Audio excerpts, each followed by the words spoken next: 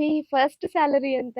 అంటే career start చేసినప్పుడు radio మిర్చి. అదే అప్పుడు మీరు ఆ ఫస్ట్ జాబ్ ఓకే. వచ్చినప్పుడు. సో ఫస్ట్ నేను BPO లో వర్క్ చేసినప్పుడు నా సాలరీ 7,000. 7,000 రేడియో జాకీగా ఎంటర్ అయిన తర్వాత దీంట్లో వచ్చిన తర్వాత అప్పుడు డబుల్ ట్రిపుల్ అవుతుంది కదా, మరి మినిమం ఉంటది. సాలరీ చెప్పకూడదు, అమ్మో IT వాళ్ళు అసలే. మొన్న ఆవిడ మాట వరుసలో మీ 2 first లివర్లు salary అంటే చెప్పండి చాలు. మీ first first salary that 7,000. First 7,000 తో నా కెరియర్ స్టార్ట్ చేశా. రేడియో జాకీగా ఎంటర్ అయిన తర్వాత మీ ఫస్ట్ సాలరీ. అలాంటి చెప్పకూడదండి. మీరు ఇప్పుడు నేను అడిగితే లేదు ప్రాబ్లం. లేదు, ఇప్పుడు 2 లివర్లు ఎక్స్ట్రా అన్నందుకే ఆవిడ అంత పాపులర్ చేసి మళ్ళీ ట్రబుల్ లో పెట్టారు. ఇప్పుడు నేను మాట వరుస ఇంత అని చెప్పాను అనుకోండి, మళ్ళీ లేనిపోయింది. కానీ చెప్తా అంటే ఒక యావరేజ్ ఒక చిన్న ఫ్యామిలీ బతకడానికి ఎంత సాలరీ కావాలో అంతే వచ్చేది. కానీ మెల్లమెల్లగా మాకు కూడా టార్గెట్స్ ఉంటాయి, మాకు కూడా ఒక యావరేజ్ గా బతికేయచ్చు అంటే ఇప్పుడు మినిమం 1,00,000 మినిమం అంత కాగా తక్కువ వచ్చేది. బట్ పర్లే, ఓకే, బతకడానికి ఎంత సరిపోతుందో అంత వచ్చేది అంతే. ఓకే, రేడియో జాకీగా ఎంటర్ అయ్యారు. ఎంటర్ అయిన తర్వాత మరి ఫస్ట్ లో స్టార్టింగ్ స్టేజ్ లో డెఫినెట్లీ స్ట్రగుల్స్ ఎంతో కొంత ఉంటాయి కదా, చాలా మీరు ఉంటాయి. ఫేస్ చేసిన స్ట్రగుల్స్ ఏంటి? నన్ను అడిగితే ఒక అమ్మాయి ఒక మీడియా లాంటి ఒక ఫీల్డ్ లో రావాలి అంటే మామూలు స్ట్రగుల్ ఉండవు, గట్టి స్ట్రగుల్ ఉంటాయి. అందులోనూ తెలుగు మీడియం ఊరు నుంచి వచ్చిన అమ్మాయికి పడే మాటలు గాని ఛాలెంజెస్ చాలా ఉంటాయి.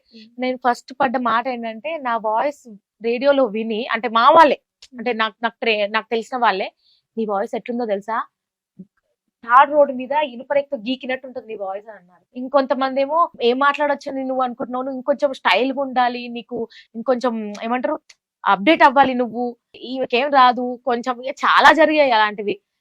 ర్యాగింగ్ అని కాదు, లైక్ అది నేర్పించే విధానం అనమాట.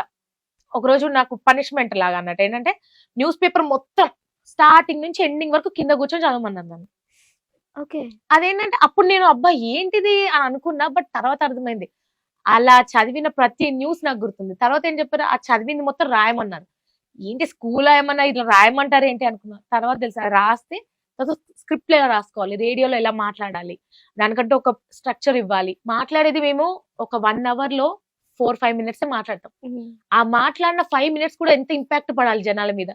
మాట్లాడమంటే గలగల ఏదైనా మాట్లాడచ్చు, కానీ మాట్లాడిన పాయింట్ టు పాయింట్ ఎట్లా గుర్తుంది. మాకు యాడ్స్ ఉంటాయి రేడియోలో, సో యాడ్స్ ఉంటాయి, పాటలు ఉంటాయి, మాట్లాడాలి, మళ్ళీ యాడ్స్ ఉంటాయి, పాటలు ఉంటాయి. ఇలా పాటల మధ్యలో మేము మాట్లాడతాం. ఆ మాట్లాడే పాటల కంటే ఎక్కువ ఎఫెక్టివ్ గా నేను మాట్లాడాలి. టకటక మాట్లాడితే సరిపోదు, దానికి కొంచెం హోంవర్క్ చేయాలి.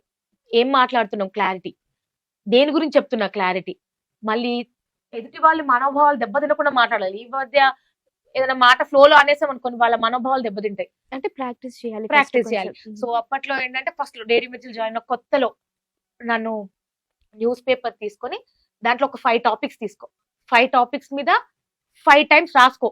ఒక ట్రై ఫస్ట్. ఇప్పుడు ఫర్ ఎగ్జాంపుల్ ఇక్కడ ఒక చెట్టు ఉంది, దీన్ని రాయ్ ఫస్ట్. అంటే మీరు వింటున్నారు రేడియో మిర్చి 98.3, ఇది చాలా హాట్ గురు. ఈ రోజు నేను గ్రీన్ కలర్ చెట్టు ఒకదాన్ని చూశాను, ఇది ఇలా ఉంది, అంతే.